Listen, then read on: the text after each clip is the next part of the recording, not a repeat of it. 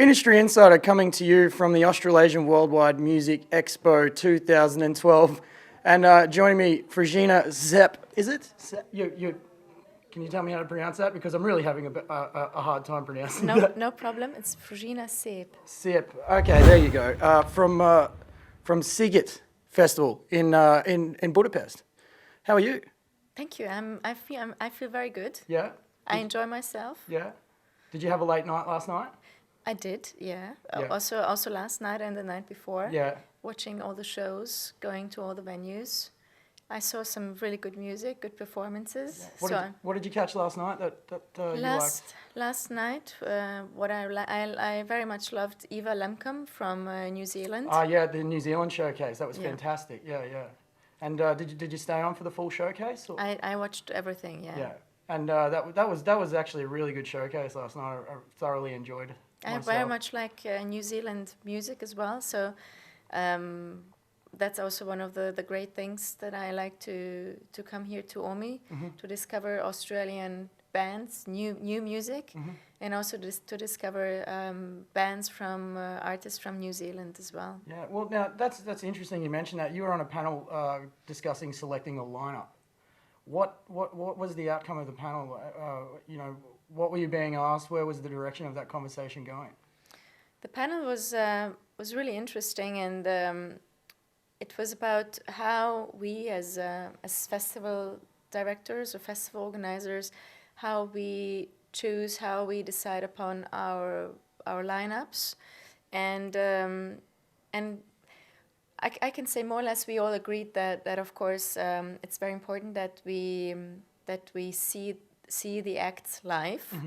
So many of us, we have the possibility to travel during the year, to go to several expos, to go to several festivals like this, for example, and to see the act live. Because when you see an artist live on stage, then you can immediately see if this act is suitable for your own festival. Yeah.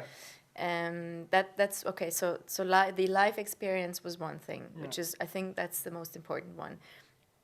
Secondly, we were discussing if an artist has any possibility by playing at a showcase event or a festival when there is no live experience, only submitting itself on a website and sending.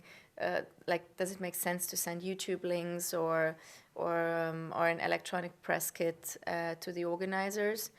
And that was also one thing that we discussed. That of course this is another way to present yourself, and at many showcase festivals, that's the only way to submit yourself to get to enter a pool of thousands of artists, and then you usually have a jury, and they select the lineup afterwards. But it's not easy to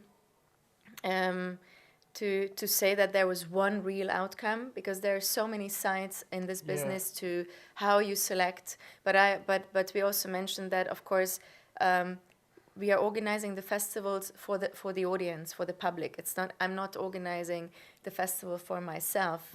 Of course, a personal taste or a personal touch is important, and the visitor experiences that as well. But every year there are also at Sziget, of course, I can say that every year there are some acts, some artists that I see somewhere and that I absolutely immediately fall in love with, and then I'm very happy if we have the possibility to invite them and show this act, this artist to our audience at the festival. Okay, do you find have you found many acts from Worldwide Music Expo that you've booked on Sziget? Last year I was here for the first time, so in 2011, and I saw many great acts. And the one act I wanted to book two. I wanted to book Blue King Brown and the Barons of Tang, and the Blue King Brown. They were working at the studio on their new album, so they were not available. But I just met them yesterday night, and we said hello, and it was nice. It was nice to see them. But last year I saw the Barons of Tang, super band, and we invited them to Sziget. So they played this year. So in August 2012, they played Sziget. Fantastic. Now, for those of us out there that don't know about the festival, can you go through the history of it? And, of course, and yeah, how happily. It So this year was our 20th edition. So Sziget started in 1993 in Budapest, Hungary, and it was just a couple of years after the change of regime. So after because Hungary was a communist country for 40 years, and in 1993 we were already a free, democratic country, and my boss at that time, he and one of his friends, the two of them, they had a dream to have a festival for the students in Hungary. The early name of Sziget was Student Island. Okay. Diák Sziget in Hungarian, because the idea was to be 1 week together in August before school starts. Okay. Yeah. And to be together for a week and to enjoy music, to enjoy different art forms, to be able to camp together, hang out together, and just to be together. It is interesting. It's on an island, right? You're the right. actual festival Yes. itself.